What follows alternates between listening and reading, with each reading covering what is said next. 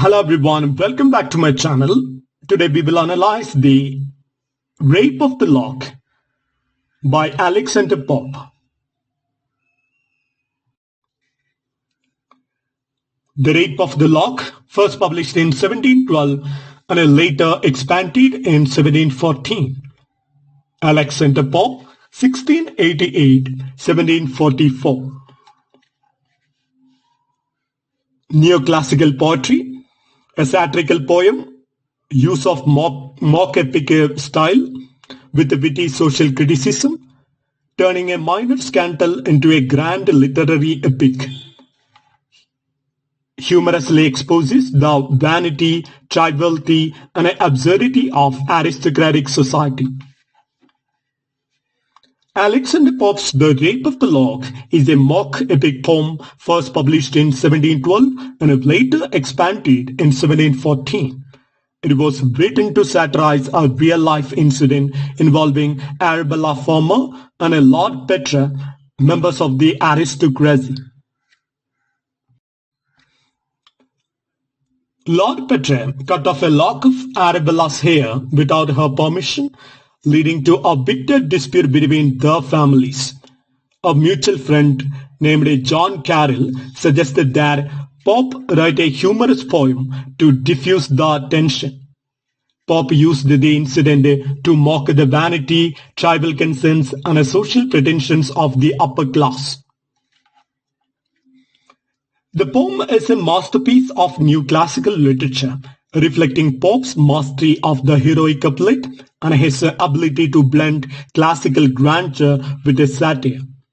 The poem parodies the epic tradition of writers like Homer and Virgil, using elaborate language and supernatural elements to describe a petty social incident. Summary of the poem, detailed explanation. Canto first. The Dream and Awakening. The poem begins in a grand epic style, invoking the muse as in classical epics. Belinda, the heroine, is still asleep in her luxurious bedroom when a sylph, that is Ariel, a guardian spirit, appears in her dream. Ariel warns her that a disaster will befall her that day, but he does not reveal what it is. When Belinda awakes, she immediately focuses on her beauty and begins an elaborate dressing ritual. Pope describes her morning routine with mock epic grandeur, comparing her use of cosmetics to a warrior putting on armor. The description satirizes the importance aristocratic women placed on physical appearance. Canto second, the boat ride and the hidden danger. Belinda embarks on a boat ride along the Thames, accompanied by lords and ladies of high society. She shines like the sun, and all eyes are on her. However, hidden among the crowd is the Baron, who secretly desires a lock of her hair. The Baron had even prayed to the gods of love and beauty, asking for success in stealing the lock. Ariel, sensing danger, wants his fellow sylphs to protect Belinda. They surround her, ensuring that nothing harms her beauty or virtue. However, they fail to prevent the upcoming disaster. Canto 3, The Theft of the Lock. The setting moves to Hampton Court, where Belinda and her friends engage in polite social activities, including a game of ombre, that is a card game. Pope describes the game in the style of a grand battle, emphasizing the absurdity of treating trivial events as if they were epic struggles.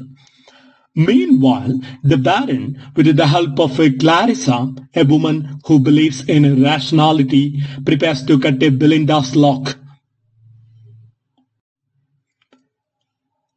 The sylphs try to stop him, but at the crucial moment, Ariel realizes that Belinda secretly desires admiration and attention.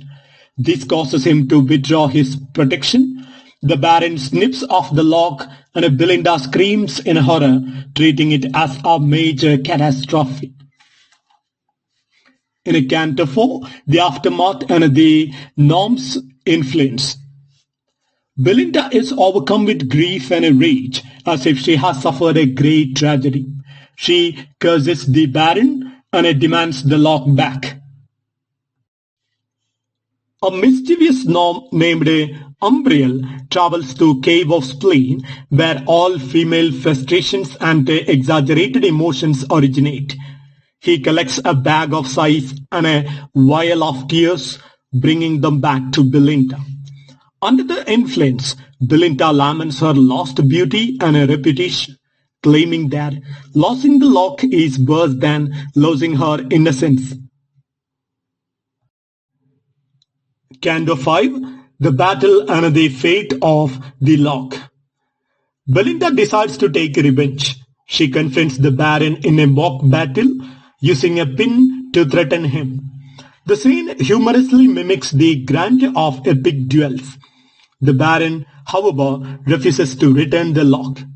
Clarissa delivers a speech about the importance of inner virtue over external beauty, but no one listens. The fight escalates, but suddenly the lock of hair mysteriously vanishes into the sky.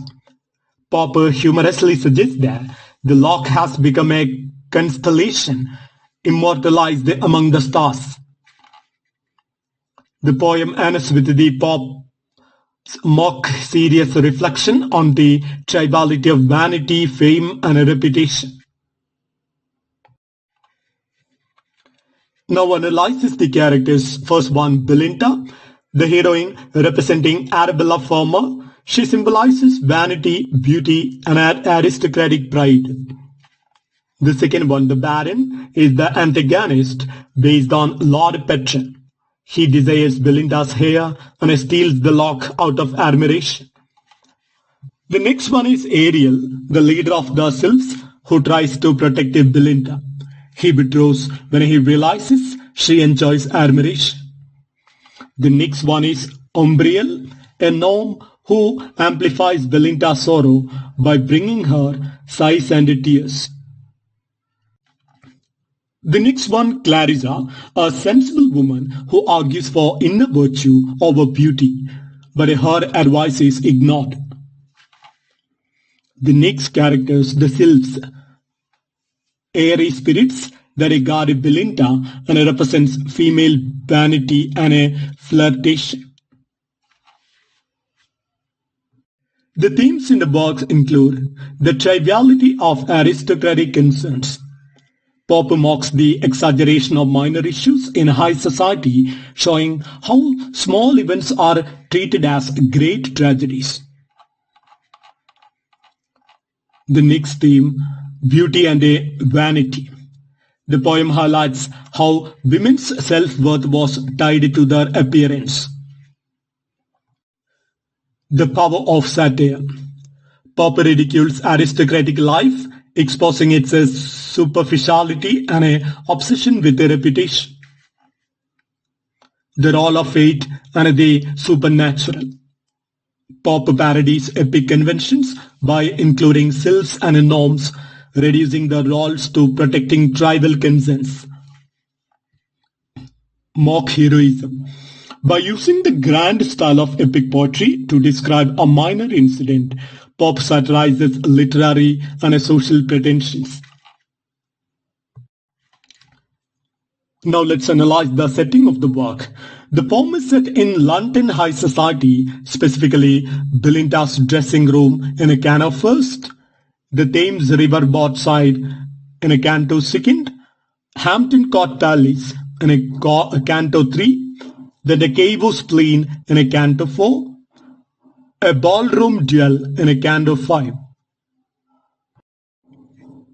Each setting contributes to the satire of aristocratic life, where trivial matters dominate serious discussions. Criticism and a legacy. Contemporary reception.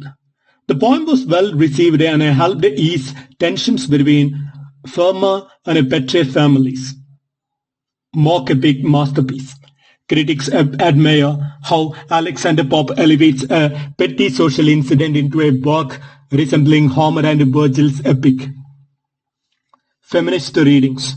Some modern critics argue that the poem reflects how women's worth was judged solely on beauty and reputation. Social satire. Pope's criticism of aristocratic vanity, hypocrisy, and a moral shallowness remains relevant today.